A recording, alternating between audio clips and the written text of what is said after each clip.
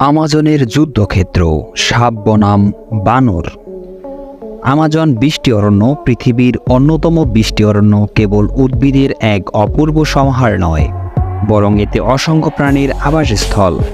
এই প্রাণীরা তাদের আকার আকৃতি এবং রং বৈচিত্র্যের খাদ্য আশ্রয় এবং প্রজননের জন্য ক্রমাগত লড়াই করে। এই লড়াইগুলোর মাঝে অন্যতম হচ্ছে বানর ও সাপের মধ্যে সংঘাত, বিশেষভাবে উল্লেখযোগ্য।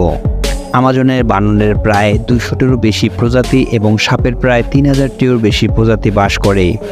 এই প্রাণীদের মধ্যে প্রায়শই খাদ্য এবং আশ্রয়ের জন্য লড়াই হয়, যার ফলে তীব্র এবং রক্তাক্ত সংঘর্ষের সৃষ্টি হয়।